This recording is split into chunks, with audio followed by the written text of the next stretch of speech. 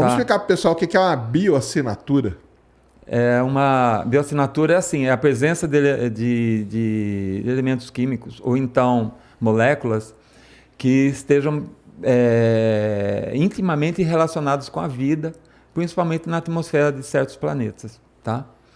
Então, por exemplo, a ozônio, tá? O ozônio é uma camada, a camada de ozônio é feita de oxigênio, e oxigênio faz parte de um metabolismo de seres autotróficos que produzem seus próprios alimentos através de um processo chamado fotossíntese. Então, a fotossíntese é feita por seres vivos, então ela produz oxigênio. Então, se a Terra tem bastante oxigênio, porque ela foi acumulada, esse oxigênio foi acumulado através da fabricação do próprio oxigênio pelos próprios seres vivos, tá? E no mundo sem vida, não tem tanto oxigênio assim. Então, isso é um fato, né? Então, na verdade, se a gente encontrar camada de ozônio ou então excesso de oxigênio numa atmosfera de um exoplaneta, tá? Aí faz a gente pensar em vida, porque isso é um marcador de vida, porque na verdade o oxigênio em grande quantidade só pode existir desde que tenha seres vivos produzindo, tá? Isso é um tipo de biomarcador, né? De bioassinatura. É bioassinatura. Isso. Os marcadores geralmente estão relacionados a algumas moléculas, geralmente são óleos produzidos por seres vivos. Isso. Tá? Isso aí já é visto a nível bioquímico, né? Na análise de fósseis e tudo mais. E as bioassinaturas têm efeito global no planeta, né? Isso aqui é legal. Tem Então é ozônio, oxigênio, metano, né? O pessoal metano, fala também. Aí né? vai mais, tem mais, né? Aí tem vários que o James Webb pode procurar. Eu também, o pessoal pergunta o que eu acho para mim, se o James Webb detecta uma bioassinatura, que são esses gases, e ele tem essa capacidade, isso que água que líquida, legal. né? Água líquida, porque para ter vida, para as reações químicas solvente, ocorrerem, tem um solvente líquido, de preferência, que tem uma densidade, né? A água tem uma densidade perfeita para que os processos bioquímicos ocorram, né? Em relação à vida. Isso aí. Então, então, se tiver água líquida, aumenta muito a chance de vida também. Exato. Né? Além de que a presença da água líquida é considerada como um fator de conservação da própria vida, porque se os seres autotróficos controlam gás carbônico e oxigênio, então eles têm um fator de regulação da temperatura e da própria pressão atmosférica, capaz de manter a água líquida, que é um processo, isso é chamado a hipótese de Gaia, né? que é uma hipótese também que relaciona a presença da manutenção da vida pela própria vida, e ela regula o próprio planeta. A própria vida regula o próprio planeta. Né?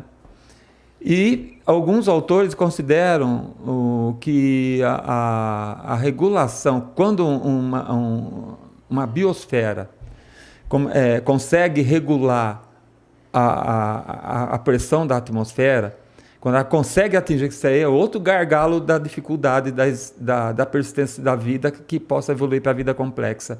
Se ela conseguir regular uma pressão atmosférica, se a própria vida interferir na pressão atmosférica, ela é capaz de manter a água líquida para a sua própria função. Ela mesma consegue isso. Tá? E o fato de manter a água líquida, ela vai usar da água líquida para evoluir.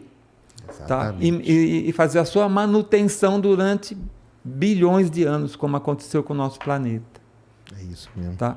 Tem muita história por trás disso, né, Sérgio? É por isso que eu falo que isso é muito fascinante, né? É muito. Você começa a entrar, abrir portas, isso. Né, que ninguém tinha visto, né? Então, de repente, tem assuntos aí que encaixam e ninguém tinha percebido, né, que existia. Estava aí o tempo todo e ninguém percebia, né? Não, e o pessoal costuma falar, não, porque tem que ter água. Aí você já está sabendo por que tem água. Não é simplesmente ter, tem toda uma coisa para aquilo ali surgir.